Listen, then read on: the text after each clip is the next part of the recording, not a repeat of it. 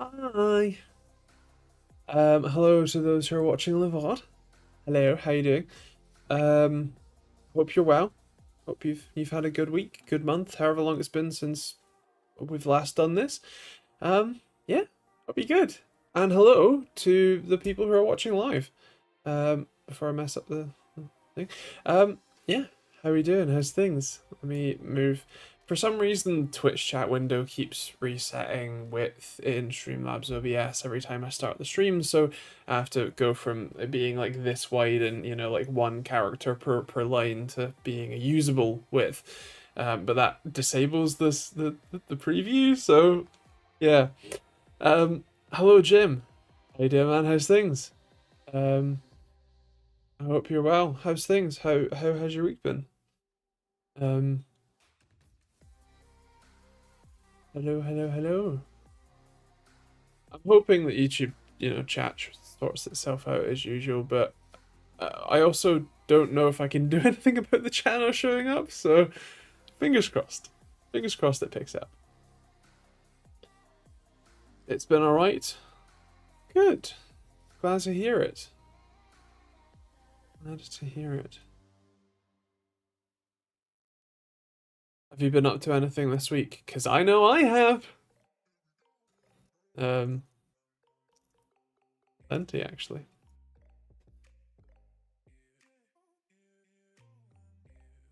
There we go. Chat's working. Wonderful.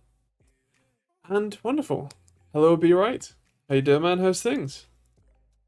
How has your week been? Hello, No Copyright. Good to have you. Hello, Stanislav. Hey. Hello, Chris. How are you? Tech Team G Bizzle. You're so good that you brought the message twice. Nice. Glad. I assume that's a mobile artifact, but it's funnier to think that you just typed it out twice. There was enough time difference between the two that you could have just about typed it, sent it, and then typed it again. That is my headcanon version, and that is how it should stay.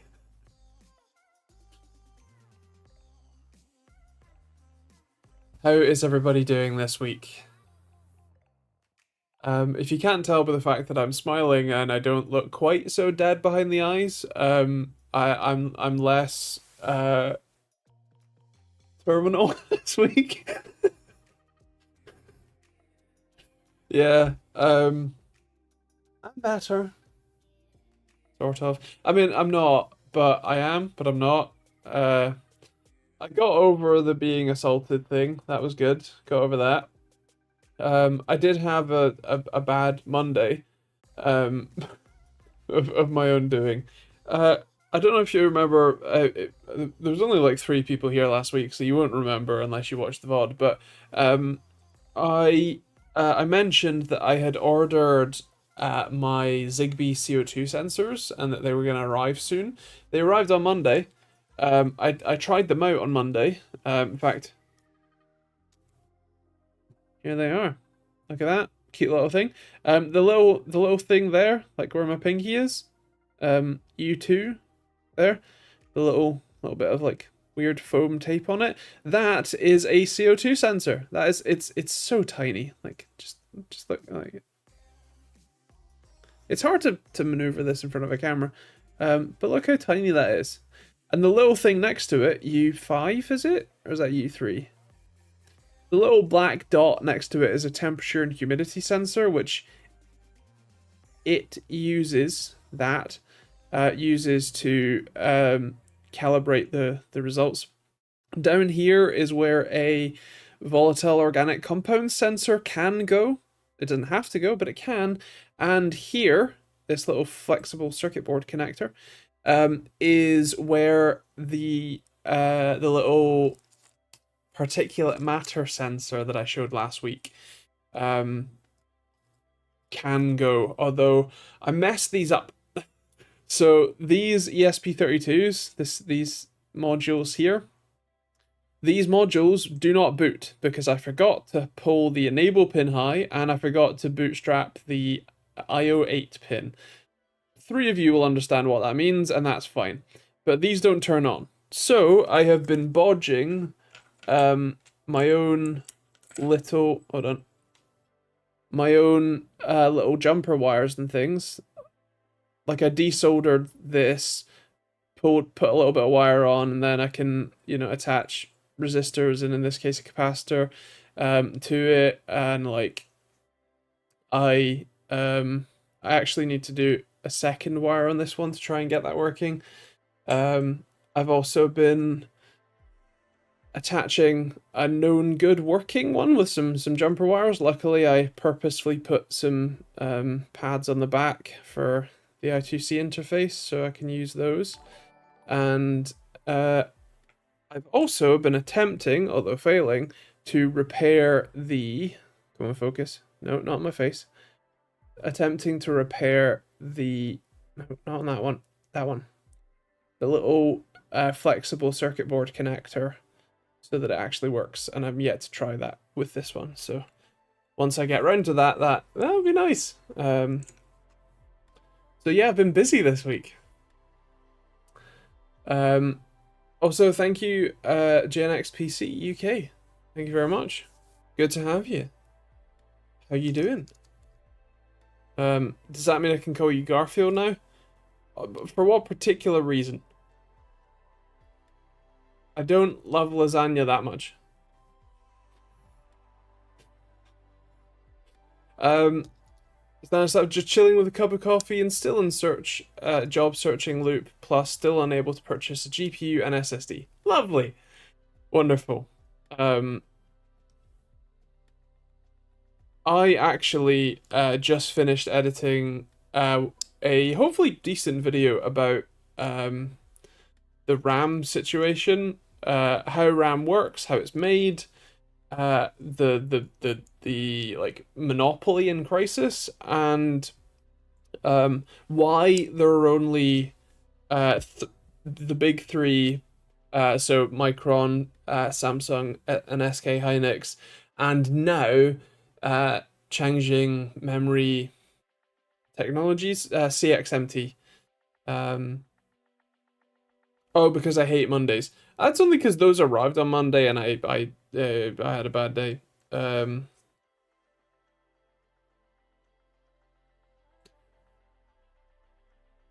don't know what day of the week I dislike the most. Monday is up there, but like being self-employed, I do my best to not work over the weekend when I can help it, but still do most of the time. I think Sunday night is the worst, like my worst point of the week, because I have a lot of thank you, Jim. I have a lot of like anxiety that I've forgotten to do stuff the week before. That's the ADHD. If you forget stuff all the damn time, and then you are constantly paranoid that you've forgotten something even when you haven't, or if you have, it's even worse. Yeah. But anyway, yeah, Sunday nights. Working on the weekend, that must be illegal. When it's your business, no.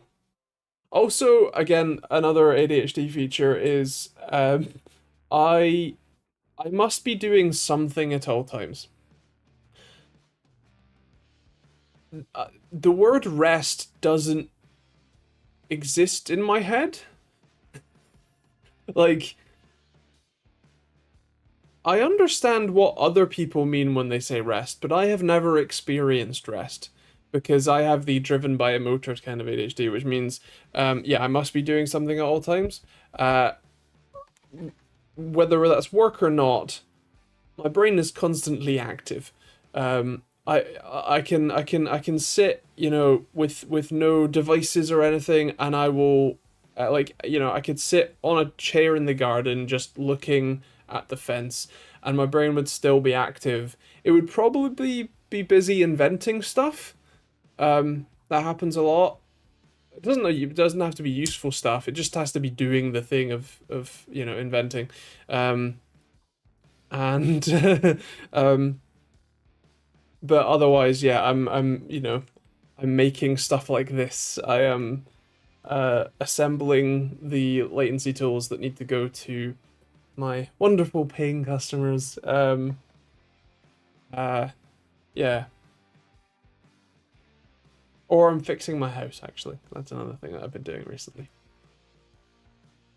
Do I have a Copart membership? I don't. That's a dangerous hill to start rolling down, especially because I don't have a good way to store any vehicles. If I had a good way to store vehicles, which I was going to be getting a really nice big storage unit, like under a bridge kind of storage unit from the council, um, which appears to have been unscheduledly delayed for an unspecified amount of time until my local council museum decides to move all the shit that they dumped in there like 10 years ago, 20 years ago out. So until then, I don't, I'm afraid. Is that because you're intending to, or is that because you're trying to suggest I should? I read a news report that a Chinese company managed to manufacture RAM DDR5 with very good timing. Yes, so that is CXMT. They started only in 2016. They were founded in 2016. In 2021, they launched their first product, which was 4 gigabit DDR4 DIMMs, like basically just the really low end market.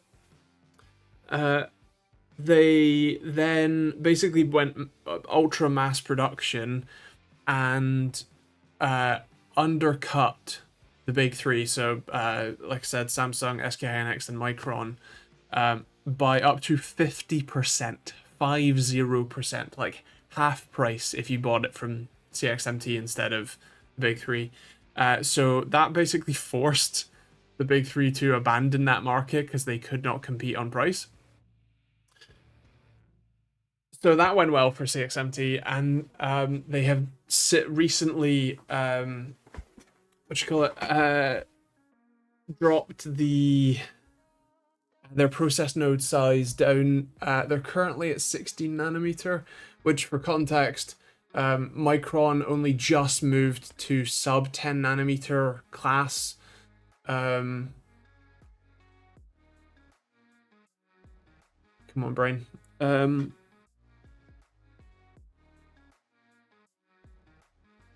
I wish I had a functioning brain sometimes. Sub 10 nanometer class process nodes. So the fact that CXMT, who's only been around for a decade at this point in total, is already at 16 nanometers is pretty damn impressive. So yeah, they're now a pretty up and coming. They do have DDR5. They have LP DDR5X, I believe. Certainly LP DDR5. Can't remember if they have the X. They're working on HBM, high bandwidth memory, because that's the AI one that everybody wants. Well, all the AI people want.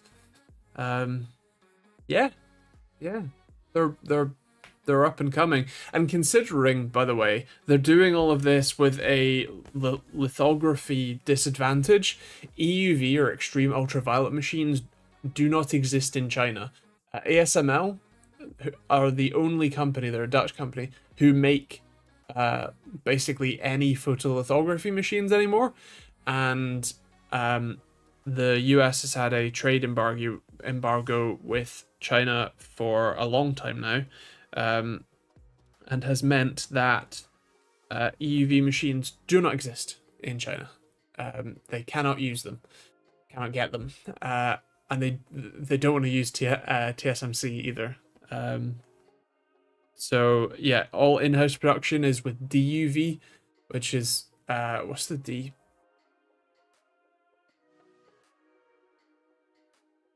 I can't remember what the D in DUV stands for.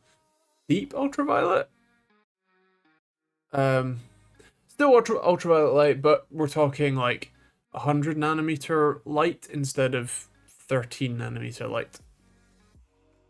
which is a big deal for the like process size, like feature size. So yeah, it's really impressive what they've done already. Yeah, there's a Cat B V70R I want to part. Don't want to pay £100 for the chance to bid. Yeah, fair enough. Um, Hopefully Chinese companies will be able to sell SSDs not with the price of low-end GPUs. There are actually Chinese SSD both controller and NAND manufacturers as well. In fact, I've reviewed a couple of, I think Lexar's most recent drive, and Arico, I think, has an old Chinese drive like the Max controller and the long sys memory, like NAND. Remember that right? Yeah. So that's pretty cool.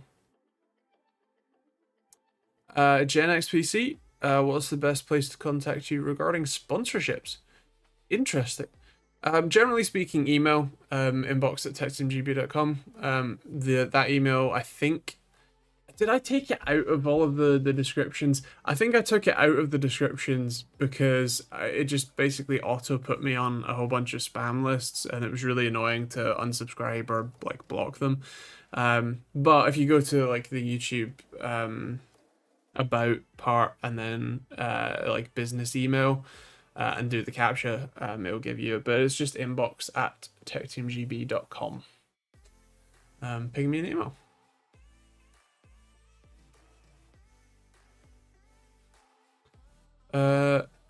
The AI bubble must be ready to burst soon. Absolutely. Look, I don't have financial skin in this game, like, significantly, but at the same time, I want to make it clear, I am very much against the AI bubble. Like, just to make my biases abundantly clear. Yeah, I certainly hope so, but at the same time, I do think there is compelling evidence to suggest such. With all of the like AI CEOs basically being like, "Oh God, what can we even do with this stuff?" Like, and especially the shift to like actively calling it slop, like microslop, and then Satya Nadella having to be like, "Hey, please stop calling the trash that are, you know, our world destroying computers generate slop." Yeah, I think that is a good sign for us as consumers, you know. Yeah, the fact that OpenAI is set to run out of money this year or next year, you know, and it does very much feel like we're all just waiting for the music to stop. Which, to be clear, won't be good for us in the short term, because the like AI bubble is also one of the only things that's propping up a lot of world economies. So if that goes down, problem. But yeah, I'm guessing the PC sales are at all-time lows. How long until we start hearing about some of the smaller to medium brands folding up? I am almost certain that that is the case. It's quite observable from like YouTube statistics and like viewer interest and engagement. Obviously, that the market isn't dead, but the fact that you basically can't build a computer for sub £1,000 and it be a useful computer, that's rough, you know. I believe they bought large quantities of ASML before the US banned, and that's how they make it. So as I understand it, and I'm no expert, but I have done several essay videos on the topic, so I have at least looked at, I don't know, the Wikipedia pages. Who cares? I'm fairly confident in saying EUV or extreme ultraviolet machines don't exist in China. That is the one thing. They bought a whole bunch of DUV, or I think it is deep ultraviolet. So like 4, 2, and maybe 100 nanometer light source machines. But the um, the EUV, the newer ones from the last no more than a decade, those ones I believe don't exist in China. Companies that depend on NAND, RAM, and GPUs, surely the massive price increases are killing them. For sure. I mean, so my websites are hosted on Hetzner VPS, and I got an email. It was either today or yesterday that said, like, from Hetzner saying, "Hey, we're really sorry, but the price of RAM that we're buying for like the servers that we host your stuff on has gone up 500%. 500% like cost increase to buy or replace RAM is a lot." And it is money that they basically said, "We're really sorry, we're increasing the price." So I think it went from like €5 to €7, which is a pretty hefty increase in like raw cost, but actual cost is fairly insignificant to me, grand scheme of things. But yeah, it's a pretty big deal.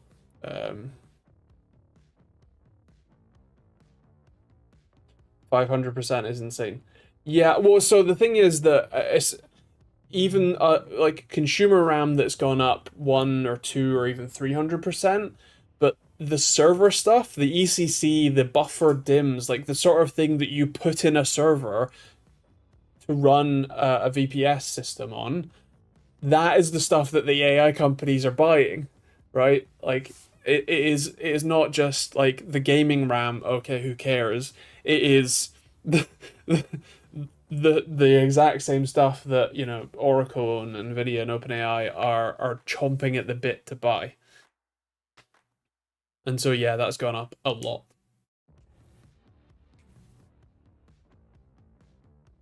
I mean, the thing with RAM is, and the thing that I didn't perhaps quite understand until I did the video that I literally just finished editing today, is RAM is a commodity item. Commodities are things that are traded based on like volume or weight more than the like quantity. Like when Intel sells CPUs, they sell them like, yes, they sell them by the 10,000 to Mind Factory or Case King or whoever, but they sell them at a unit price. DRAM is sold just by capacity. Like it is sold, so much of it is manufactured and sold that it's just a commodity item. It's purely on price alone. And there's very little, if any, difference between Samsung RAM, like RAM modules or chips, and SK Hynix or Micron. And so it is purely based on the price of them. And so that creates a bidding war to who can be a fraction of a penny less per chip, which means when you're buying, $100 million worth of RAM chips, a fraction of a penny per thing can be millions of dollars saved. So yeah, there's actually, at least until very recently, there was very little money left, like in making RAM, which is one of the reasons why there were only 3 companies. Patents are another thing for sure, but it's just an economics problem. If you're looking to sell something that is sold purely based on the price and you're a newcomer to the market, even forgetting potential like patent licensing fees, just the setup costs to create your own fab or to buy space in TSMC or Intel's fabs or Global Foundries is going to eat all that margin, let alone actually like designing your own RAM chips, designing your own stuff, and then getting it made. It's just crazy. Replace all gold reserves, the DR5 reserves. I mean, no, but I see where you're going with that. The RAM already costs a fortune as its massive density that it's going up 500% is eye-watering. Oh, for sure. Yeah. Yeah, I mean, if a module like I don't know, 128 gig stick or 64 gig stick, whatever they're using, depending on what version, was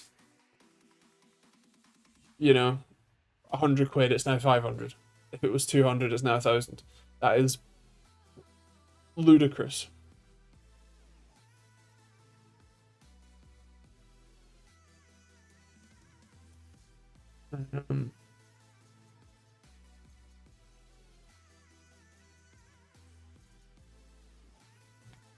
Intel still sells CPUs. They do, surprisingly. Yeah, yeah. I think Nvidia and AMD will not present any new GPUs till 2028.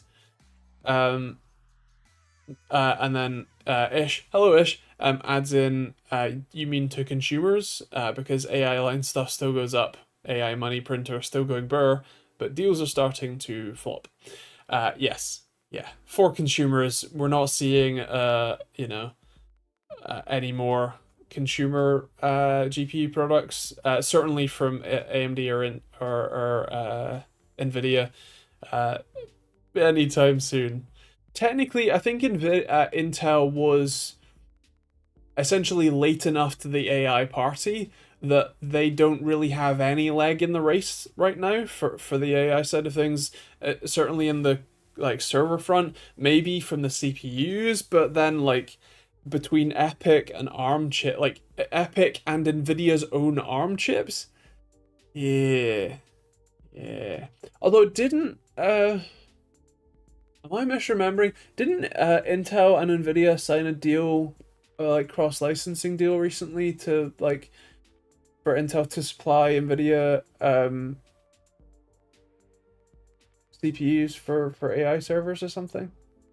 Did I? Am I hallucinating that?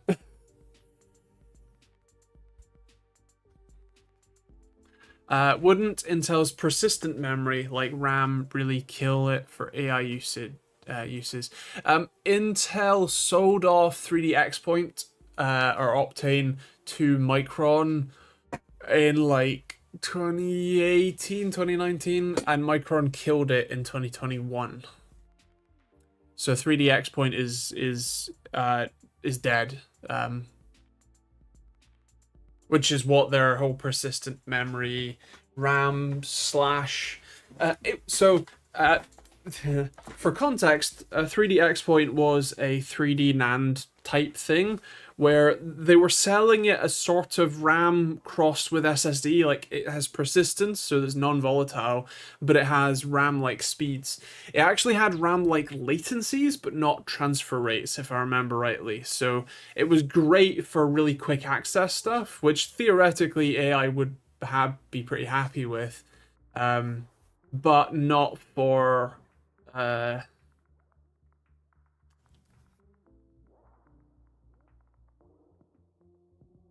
right.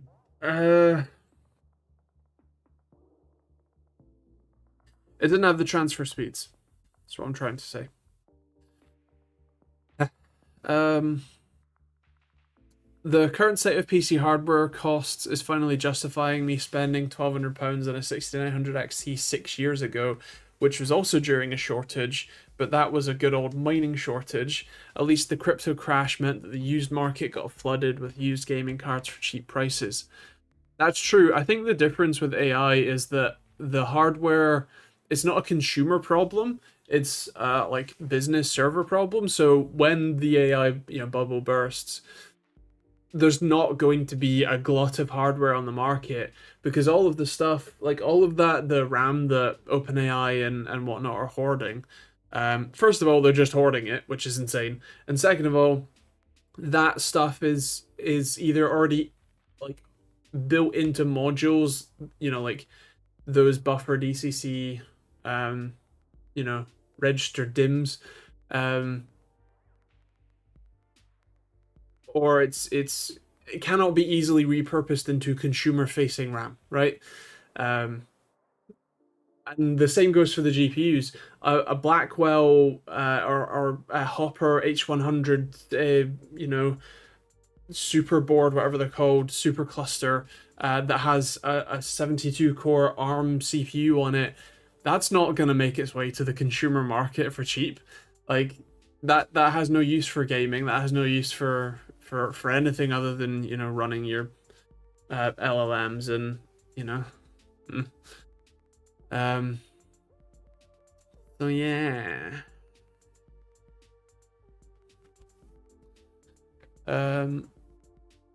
It also slotted into the DIMM socket, so it had super high bandwidth.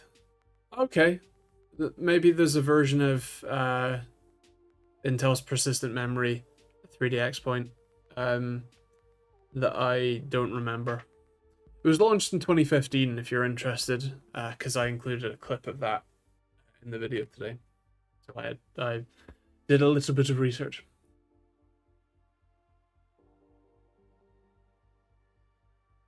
OpenAI even buying RAM from the stores. Wow, okay. I mean, I know that they signed an absolutely insane deal. I think it's 40% of all of SK Hynix's production capacity for the next 2 years. OpenAI has exclusive rights to buy all of that. Like 40% of all of the RAM that SK Hynix makes in the next 2 years. Insane. I think certainly signed for NVIDIA to provide integrated GPUs to Intel. If NVIDIA want x86, I'm sure they can get access. Ah, okay. It was the other way around. Got it. That's kind of funny that they want iGPU, like NVIDIA wants iGPUs. Oh no, NVIDIA's providing them to Intel. Right, sorry, my bad. Yeah, bold of you to assume I could read. Yeah.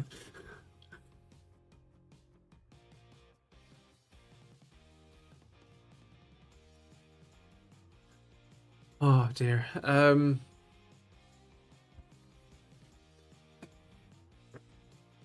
I can't believe that a 4 terabyte Gen 4 SSD costs €406. Can't take that BS. I don't blame you. I don't blame you. That is rough. That is real rough. Man. Happily for me anyway, my own hardware, the RAM that's built into these is built into the chips, like the CPU essentially. Like this is the same chip that I use, like that one in the middle there with all the legs. That's the same chip that I use in the latency tool. It's an Atmel SAMD 21. It's got like, I don't know, 128 kilobytes of SRAM. Right.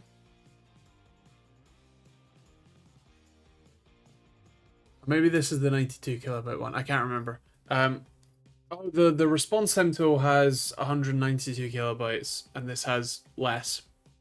So yeah, it's all built into the IC that they manufacture as one package, so it's fine.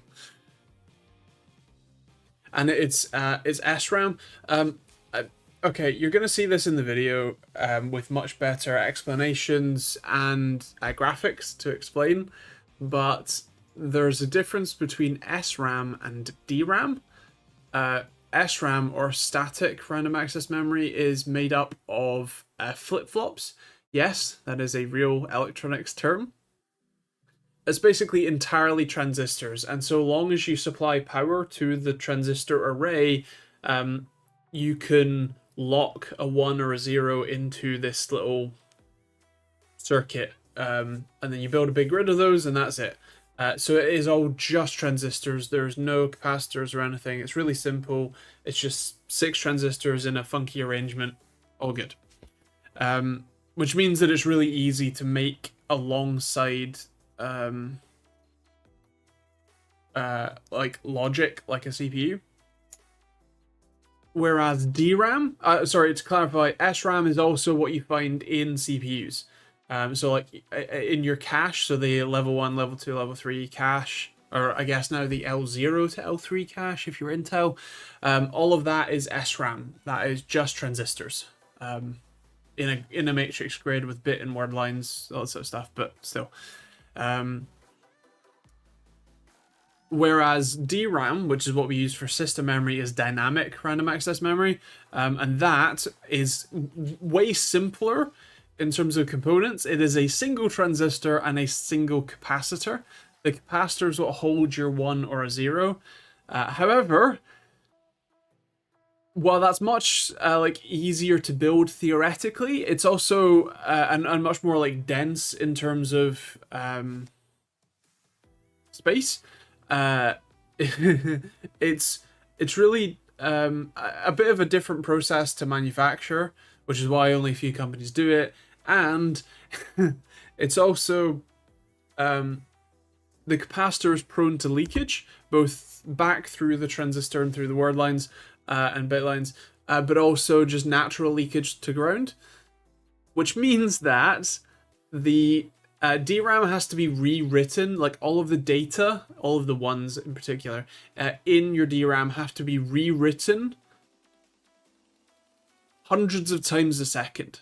So any data that you store in your RAM, in your system memory, consciously or not, is data that is being refreshed by your CPU's memory controller. Like it's reading what should be in there and then writing it again hundreds of times per second.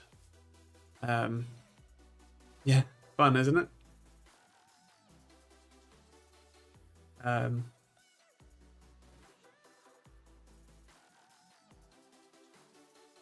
Which I think is often why the more come on, brain.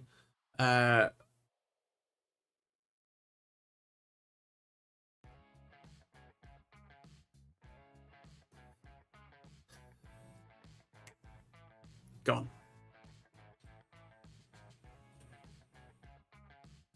The more RAM and the more sticks you have, the more difficult like it is for your memory controller to keep up, basically. I forgot. Oh yeah.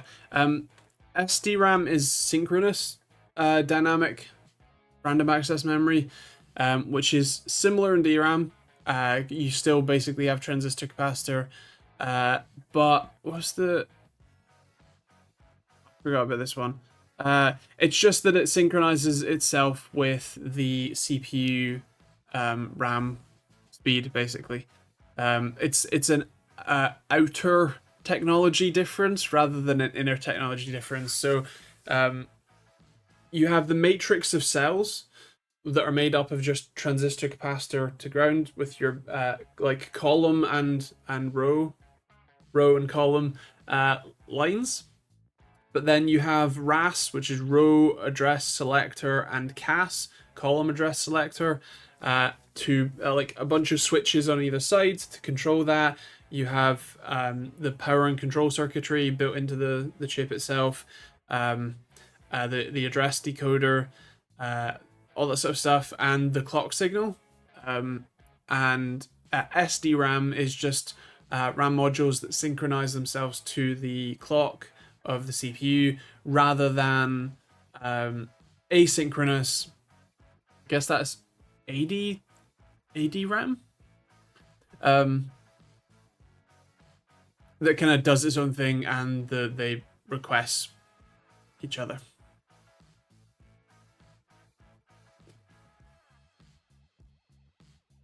To be fair, it's impressive memory doesn't have more errors. It really is, especially when you realize that, especially, like our system memory, the data just, like, not only disappears if you lose power, because it's volatile storage, it's just a capacitor and that discharges over time, but the fact that it doesn't all disappear is really quite incredible.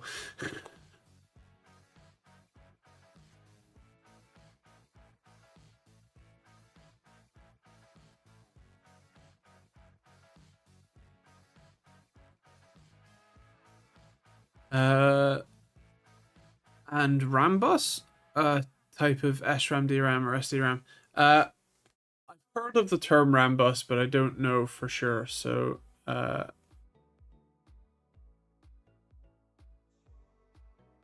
apparently RAM bus is a company.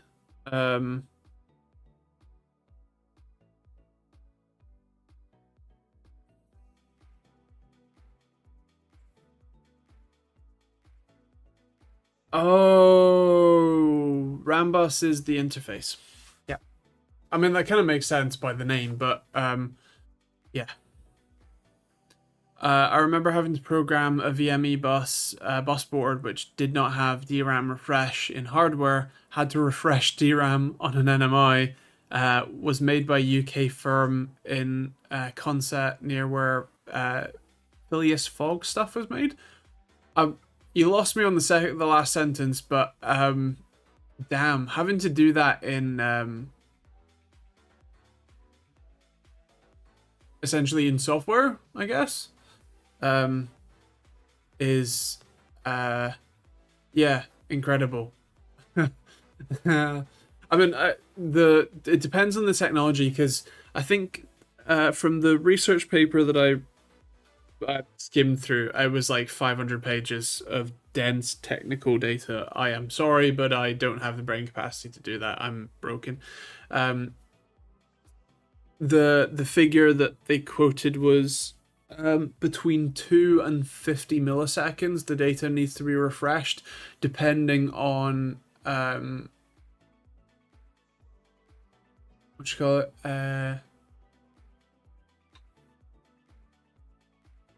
Depending on the type of RAM, the data that's stored in it, and all that sort of stuff. So if you're talking about 50 milliseconds, like only having to refresh all the data in RAM every 50 milliseconds, that's less bad than every 2, you know? I mean, 2 milliseconds is 500 hertz, 50 is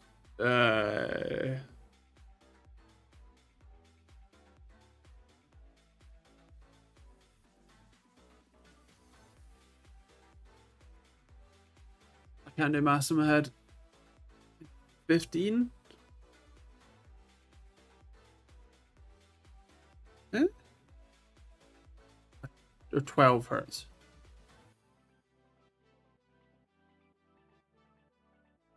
12. Yeah.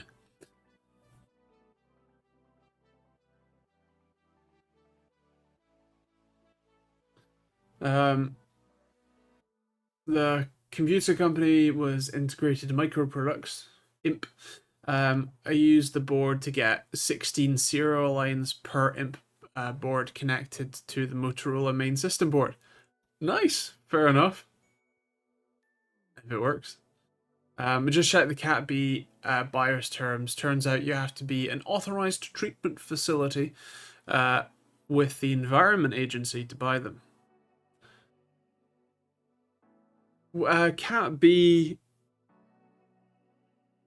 I know the I used to know what Cat B meant, because Cat B and Cat C, right?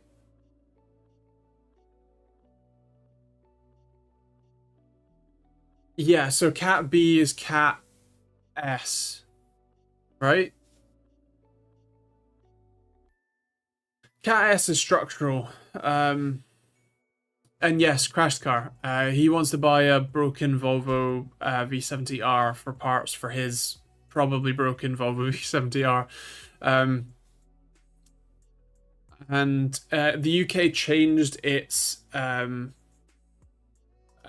like crashed vehicle categorization system sometime in the 2010s, I think. So you went from cat B, C, and D, right? Um, oh, it's still cat B. Okay, but they definitely changed it because cat N and cat S didn't exist, if I remember rightly. But the new one is, as Chris says, cat N is non-structural, so that's cosmetic damage. That's the bumper has fallen off. But specifically to clarify, these categories only get applied to vehicles that the insurance company declines to repair, mostly for economic reasons. Cat C and D is gone. That's it. So yeah, if you crash a car or somebody crashes into you and your insurance company says it's going to cost us more to repair than it would be to just pay you the value of the car before it was crashed. Let's say the car is worth £5,000 or was worth £5,000, the morning of the crash, and it's going to cost the insurance company £10,000 to repair because it's a rare car. They've got to buy specific parts. There's all the labor to go into it, or to if it's structural damage, you need to get new frame rails and then weld them up and weld them in and repair the shock towers and all that sort of stuff. That especially on labor adds up quickly, and so they go, well, we would rather just pay you the £5,000. That's half the price for us. And so then the vehicle is taken from you. You get given the money. So they've essentially bought the broken car off of you for its full original retail value, or not original, pre-crash retail value. Although they screw you on that. Always make sure to complain at them to get a better valuation. I did that with my mother-in-law's car when it caught on fire, and I think I got her £1,000 more. Yeah, don't play. But yes, they take the car and then they grade the car. So again, if it is only cosmetic damage, but again, parts were too expensive, whatever, that's a cat N, sorry, it's non-structural. If you've hit it hard enough to damage, I don't know if the crash bar is included or if it has to be shock towers and frame rails and that sort of stuff, then that is a structural damage. That can be repaired if you do it correctly. And then apparently cat B is, I guess that's, so cat N non-structural, cat S structural, cat B braking. So that's a car that, regardless of how you want to put it, how you might intend on repairing it, it cannot be put back on the road. It is deemed so damaged that there is no way you could safely repair it and bring it to roadworthy condition. Therefore, they have decided it must be destroyed. You're allowed to take loads of parts off of it first, but it must be destroyed. That VIN number is now dead. So yeah.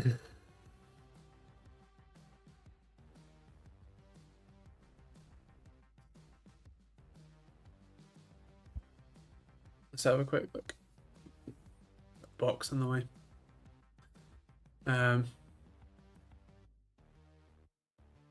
Oh, is it just because the shock tower is damaged? Oh, that sucks. Oh man.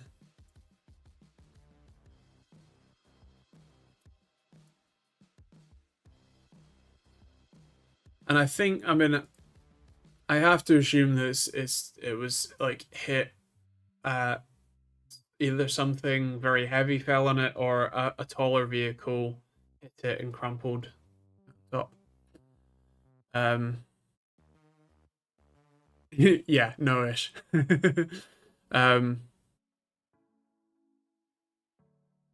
You just want a few bits from it, right?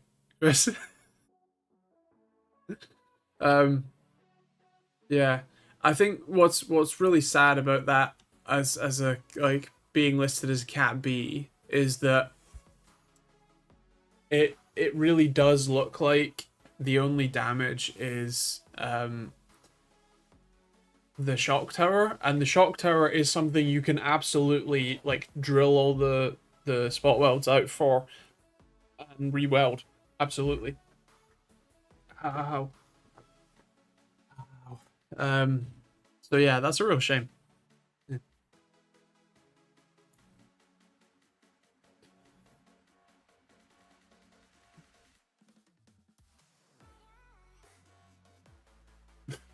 300 horsepower 5-pot in the MGB seems safe, right? Is the V70R not all-wheel drive? But also it's an MGB, it will just fold in half if you try.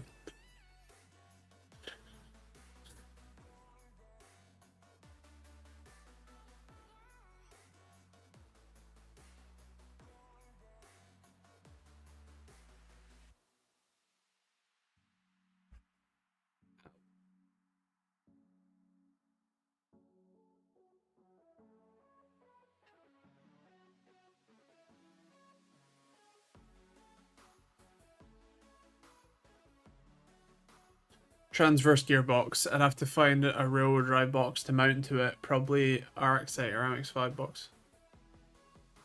Okay. Well, hold on. Is it still... But is it all-wheel drive? Because I know there was a version of my S40, which I know is the wrong generation and all, and different chassis, but there was a version of the S40 that had all-wheel drive, if I remember rightly. Like, sorry, there's pain shooting down my, like, the back of my legs, from my back.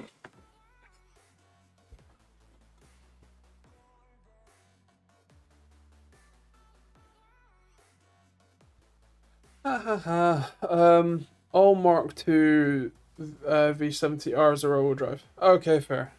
What I was trying to say was I know that there was an S40 that had essentially like Haldex like all-wheel drive with it was still a transverse, so front-wheel drive primary, but the output shaft on the driver's side UK wheel had essentially a diff in the middle that then further split the power to the back, the same way that Haldex does. Well, technicalities. All the Volvo all-wheel drive setups are Haldex. There you go. I mean, to be fair, it's hella expensive to build an all-wheel drive system in the first place. So the fact that there's VW's Haldex, Audi's Quattro, and then ZF's solution, and that's kind of it. Like BMW's all-wheel drive is a ZF, 8-speed, 10-speed, with the output, like a center diff built in, basically. Or obviously there's the ones that have a transfer case, like a Land Rover or a Land Cruiser. Something with land in the name, ideally.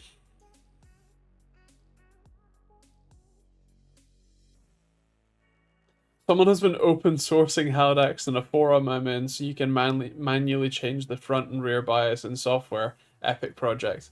That's amazing. I love that so much. I don't have Haldex, I have a proper Torsen center diff, but I'm that's sick, yeah. Love to see it.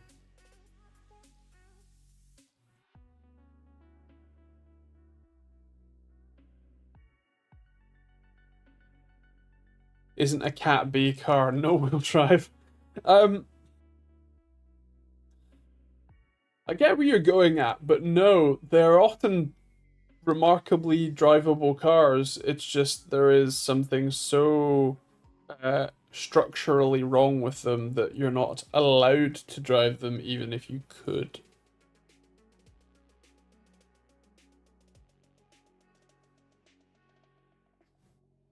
So yeah. So yes, no.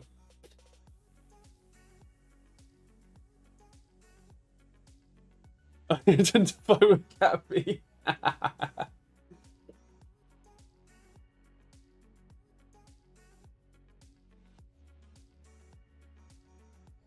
Should I call my mechanic at 9 p.m. and ask if he can buy cat beads? Oh, why not? I mean, what was it, £375 for the bidding currently? Like, there's got to be £1,000 worth of parts on there for you. Go for it.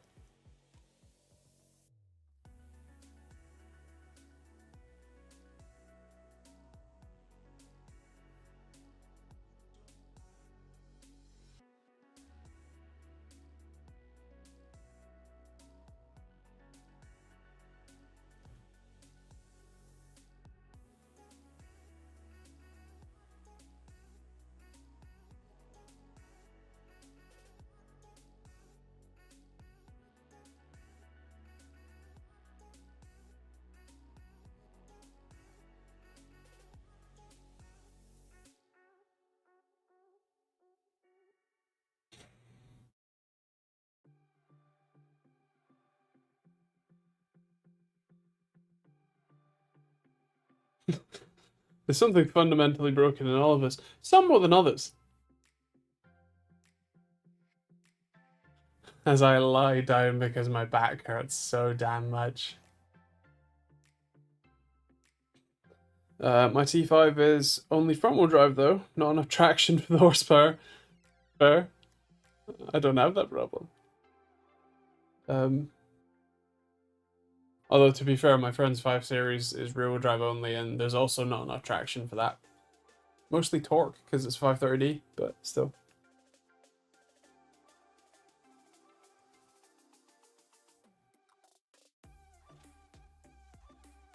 Oh, for those who care, as a sort of status report, I had an appointment with my gastroenterologist last week, and I confirmed that my own experimenting was correct. I've been taking off one of the medications that was stopping me from like losing all my blood and water out the back end. And dying. Although the other medication that I inject into myself every 2 weeks is seemingly doing okay. So cool. Yeah. And the stomach ulcers, like the horrendous pain I've been experiencing for the last like 6 months, does appear to have been from my inhalers, which I also was experimenting on myself with. And those, I have swapped them out for less effective but less painful and deadly ones. So that's something, I guess. And I'm now, I guess, slowly on the mend to a degree. I am sort of in a worse state overall. And I feel more like physically fragile in terms of like I do any amount of functioning, it hurts a lot more afterwards than it usually does. Like I walk for 2 minutes and it hurts rather than 10, this time last year, which is just great. But hopefully slowly getting better. So fingers crossed. Yeah. Yeah, for improvement, maybe you should become a doctor after becoming a gas installer. F-gas, yes. Refrigerant gas. I haven't taken that course yet, but I really should because, summer is coming.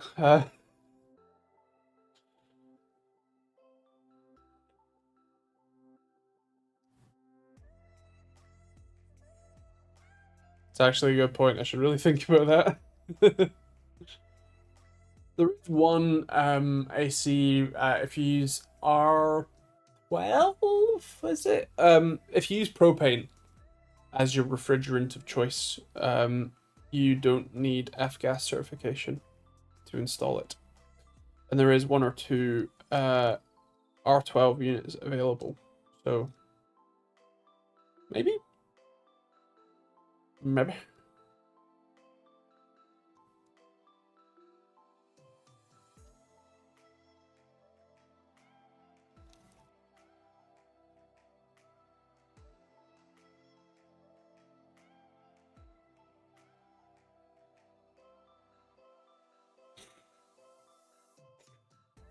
Thank you very much, Ish. For the reliable reminder when I'm not.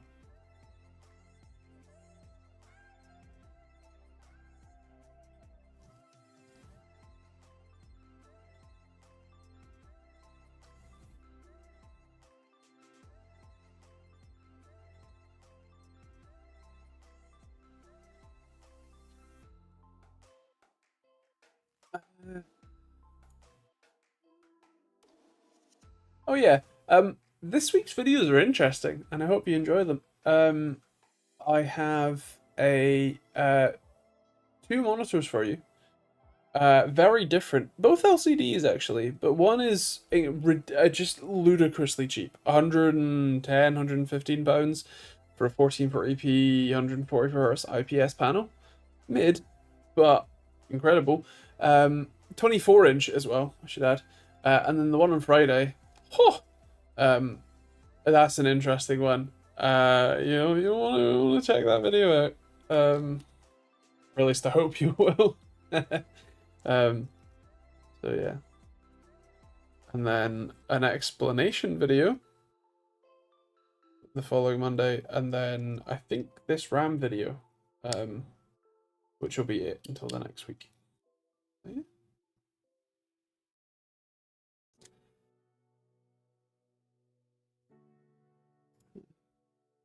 Right. Well, how about adding an Amazon link in your Tech Talk description? You mention it with an actual link. What is there not an Amazon link down there? There is a bunch of so I'm not allowed to link to just like the Amazon homepage. I have to link to specific products. And the locally linked one is like all of my Amazon links are locally links, and because that's my own platform that gives me geolocation for those links so that I can take you to the right Amazon for you or the closest one possible. But yeah, there's not like an amzn.to link because one, locally does that for me, and two,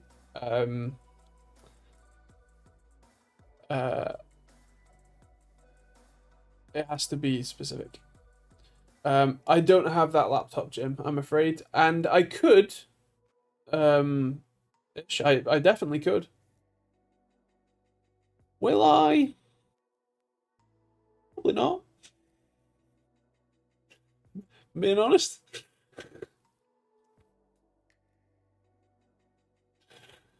Right. I am gonna head off and get some. I say rest, but we've been over this. I can't rest, but something approximating rest. I hope you all have a wonderful week. I hope you all stay safe. I hope you have fun, and yeah, I will see you. Yeah, next. Right.